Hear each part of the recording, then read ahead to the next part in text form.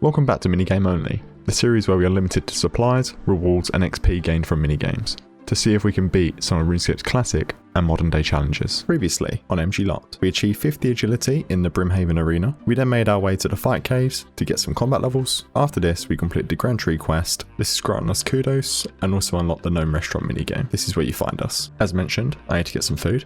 How are we going to do this? Well, I'm going to do this by using bones to bananas in the Mage Training Arena minigame. I'm going to go into the graveyard room, pick up the bones, turn them into bananas, and bang, we're out of there with a bunch of bananas for food. I'm going to have so many bananas that I'm going to go bananas, assuming I haven't already. So I'm going to head over to the lovely desert in Alcarid and make our way to the Mage Training Arena. Honestly, this minigame is going to be so important for this account. There'll be so many benefits from it along the way. Since the last episode, there have also been a lot of changes to every room in the training arena.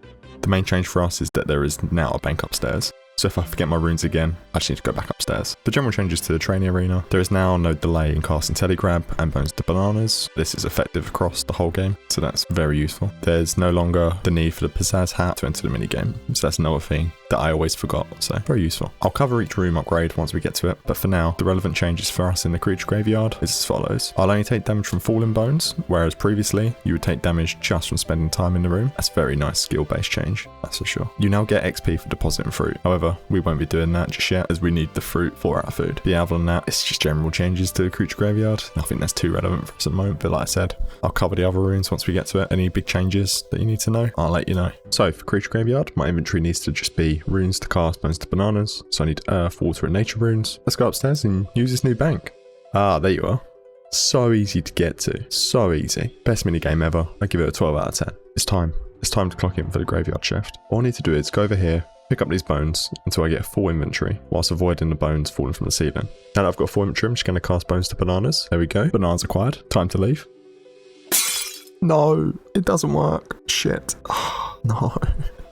Oh no, this is not good. Back to the drawing board. Back to the drawing board. Thought my food issue was solved. MG Lot is starving. Give him some food. You know what? It's fine. The spell is going to be useful for the account when we do get some bones. Luckily, this isn't the only food method we have at our disposal. We actually unlocked it in the last episode, and that is the Gnome restaurant. This means we can make some nice cuisines for the Gnome boys, and I'll make extra for myself. This journey is not as I planned, so I need to figure out my path. In order for us to start the Gnome restaurant, there's a cooking requirement I need to get. I need 29 cooking and currently I only have 1 cooking. However, at the start of the minigame, you need to complete a tutorial on the recipes, and the lowest level recipe is a fruit blast. For this, we need 6 cooking. For us to get 6 cooking, I'll be going to the mess hall minigame, which is found in Korend. In this mess hall, I'm currently only able to cook the servery meat. Each meat only rewards 1 XP, so I need to cook 511 meats in order to unlock fruit blasts. We're gonna be here a while. This is the mess hall minigame. I'll be taking the meat from this table right here and filling up my inventory, and I'll be slapping them on the grill one by one. Hopefully not burning too many of them. Let's whack it on the grill. Of course, first one burns. There we go, 1 XP per one. Gordon Ramsay would be proud. Look at all this burnt meat. Burnt meat couldn't even handle this burnt meat. The aim of this minigame is to serve the soldiers whichever meal they request. However, obviously I don't have the levels to do that, so all I'm here to do is to cook this servery meat and just drop it on the floor once my inventory's full. That's level 2 cooking. Sadly, whereas the servery meat, we can't actually eat it ourselves. Otherwise, I'll just stack these up as our food tools. I would eat that rat if I could. Level 3. Just a quick one, guys. I've created a Discord, and there's a link in the description, so feel free to join, get involved, say hello. Also going to make a clan, so if you want to get involved in that as well, make sure to join. Okay, Leo, you know what? I'll do you for well, I won't do you, but I'll complete your task for about the 5th time in a row. Sick of it, Leo. Dig your own graves. At least once I get the set, I start to get XP lamps. That's always a silver lining. Ooh, 2 items. Boots on the top, boots on top, boots on top. I think that's the full set almost done. Maybe not, I don't know. Level 5, only 1 more to go. In today's game, this minigame is now very redundant. Previously it was used to gain house favour, but due to the removal of favour, it has lost a lot of relevance. Saying that is not the case for us. Thank God, this minigame still exists. That's level 6, can now make fruit blasts. Time to go to the Gnome restaurant and start a minigame. So I've got a Quizmaster random event. From this I got a mystery box.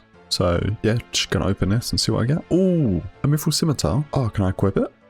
Oh, I can. There we go. Look at this. Best in slot melee weapon for quite a while, probably. It's going to be very nice in the fight caves. Nice for all forms of combat. Obviously not major range. All forms of melee combat. It's a nice little boost. The Gnome restaurant minigame. This minigame is found in the heart of the Gnome stronghold. Restaurant HQ is situated on the first floor of the Grand Tree. This is the heart of their operations. This minigame is actually the first to ever be released back in December 2002. 22 years ago, they joined the game alongside both the agility skill and also a Gnome stronghold area. Since then, there's been a lot more minigames added. Let's talk to Gian and June to start it off. What is that in their hand? Is that little point root supposed to be a phone? What kind of phone is that? You know what? It's fine. The trucker boys are here. For learning how to cook meals, we need to talk to Gianni Senior. He will teach us the ancient ways of the stove and pan. So first of all, I'm going to start with Mr. Chef Man over here and see what he has to say. Ooh, he's already given me a full recipe book. That's very kind of him. What you got in here then, son? This all looks so nice. Oh, especially this one. The wormhole. Just what I want. A worm in my hole. Ah, thanks, Top Chef. He has given me some supplies to make some food. However, obviously we don't have the level for this at the moment. Gonna go make some cocktails. Some fruit blasts. It's gonna be a blast. Blurberry will teach us how to make a mean cocktail. Talking of Blurberry, where the fuck is he? Where are you, man? Where are you, Blur?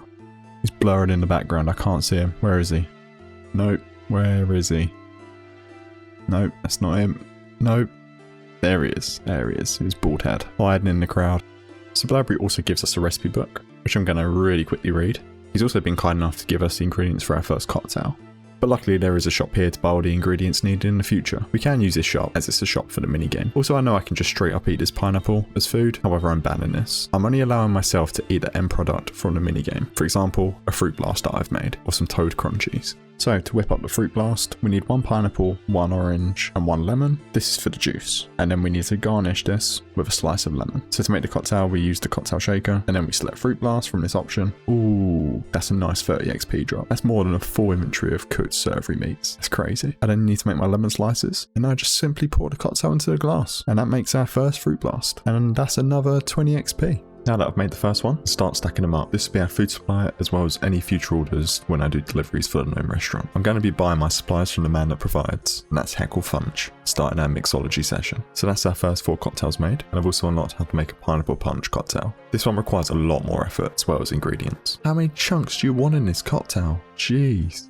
There's the first pineapple punch made. Took a bit of time. Took quite a bit longer than the fruit blasts. But it's time to get Blurberry's approval. Now he wants a wizard blizzard. Oh, that sounds like it's going to give me a headache. Just making it. I don't have the level for that at the moment anyway. So I'm just going to stick to my fruit blasts. I'm a cocktail connoisseur now. Put me behind that bar. I know what I'm doing. Sub me in, Blurberry. Sub me in. Ooh, that's cooking level 10. So with that, I can now make some toad crunchies. Maybe let's go do that. Let's go cook up a batch. For some of the recipes, they require toad legs and king worms. The only way to get these are by picking them up at the swamp in the stronghold. So I'm also considering this part of the minigame. There's no other way to get them. They are actually ground item spawns, so there's nothing beneficial outside of the minigame for me. However though, I did actually cover this as a money making method in my video shown here. So if you want to see the result of me picking these up for 1 hour, go check it out. Why not? You might as well. All we have to now do is just rip off their legs and now they're legless. Now I've got the ingredients to cook some toad crunchies. So we need to prepare them so it's half made. Now we need to bake them rather than burn them. All good so far. Now we need to garnish them. That's our toad crunchies. Now that we have a supply of food, I'm going to be taking on a more challenging quest that will progress this account greatly in the combat department. I'm going to be doing the Waterfall quest. This quest is one of the requirements for the Gauntlet minigame as well as Volcano. It will also aid early level quests, which require me to have combat. The item requirements for this quest is 6 earth, air and water runes. You also need a rope, which I've managed to get from the Blast Mine minigame. Now that we've got all the requirements, time to get started on this quest. So I'm currently on my way to start this quest. I think the nerves are now starting to kick in. This is the first real chance for our hardcore status to be lost. Even though I do have a healthy supply of food, there are times in this quest where I can easily die. So yeah, it's gonna be rough. It's not gonna be easy. It's gonna be quite tough, that's for sure. I start the quest by talking to Almira, who says her son is obsessed with treasure by the waterfall. So yeah, I've talked to the boy, he's very stubborn, so doesn't give you much. Just wants to be by himself. I need to make my way down the river using the rope on the rock. So now I need to make sure I don't misclick, otherwise I'm a dead man. Because falling off waterfalls tends to do quite a bit of damage. Don't know if you know that. Oh, look at this lovely animation. This is such great cinematics. Now I just need to tie my rope to a tree and climb down. So I need to make sure I go into the barrel to get down from this waterfall. Otherwise, this could be costly. Go and grab the book on Backstorian about him and Galariel, as well as the legend of the treasure under the falls. We need to find her pebble, and this is located in the Tree Gnome village. So I'm going to head there now, and hopefully it doesn't take too long. So in this room, just got to run in here and get the key from the crate. Try not to take too much damage. I will actually quickly drink a fruit blast because these bastards are lethal. Keep my health as high as possible. So if we come into here now, let's talk to this man. Excuse me, little mate. I hear you got a pebble. I'll take that off your hands. And now we just need to go to the tomb. Now it's time to go tomb raiding. Once we go down, we have to run west to the chest to obtain the amulet. We then need to head to the south part of the cave and search the coffin to get the urn. Along the way, we have to be careful, as the Moss Guardians in here can hit a max hit of 14. To avoid getting jumped by the Moss Guardian, I'm going to be hitting a skeleton or zombie, as their max hit is a 3. Here's the tomb. Let's take our time and chill. Don't panic. I do have my one-click teleport, but it does go south. So I'm going to tag you, run west, and not attract the attention of the big boy. There we go. That's that. Amulet secured. Now we need to go south. Take a bit of damage, just fine. You'll see when after our health is back to max and can't get one banged. Now, same again, tagging you, Mr. Skeleton. Now sprint to the tomb. Now we just need to get out. Need to make sure my health is always near max. Keep drinking. Keep drinking. Now out we go. Out of here. There we go, I'm safe. Can now relax. That wasn't nice. Didn't enjoy that. Hello there. Count and check. I'll take that lamp and straight onto Hunter it goes. Now that we've got that urn and amulet, I'm going into the waterfall with my runes. Grab the key from this crate whilst my body is infested with rot. Lovely. Gonna sprint past these fire giants. Now just to put each rune type onto each pillar. Now I've got to use the amulet on the statue of Galariel. Oh my god, that shake was terrified. Thought I did it wrong. Now the final step is to use this urn on the chalice, and that is quest completed. That's so much attack and strength XP. Waterfall quest completed. 30 strength required, 38 attack, and 27 combat. Nice. Closing in on another minigame unlock. I've still only got 1 defense though. Now the waterfall quest is done, this opens up a lot of other combat related quests for us to do. But for now, I'm going to go back to Guardians of the Rift for a bit to stack up some more runes and supplies in the meantime. Now that we've got 56 agility, it means we can use this rubble shortcut to mine some large guardian remains. This gives us some more fragments in bulk quicker. So this makes this minigame a lot nicer. So I've just had a brainwave for a gear upgrade. There is actually an iron pickaxe spawn within the blast mine minigame. So after this game, I'm going to get this upgrade. It may not seem like a lot from the surface. However, this is going to really improve my time here at Guardians of the Rift, as every tick adds up. Currently with a bronze pickaxe, I obtain fragments every 8 ticks, but when I upgrade to the iron pickaxe, it will be every 7 ticks. This is a huge upgrade, I know, game changing.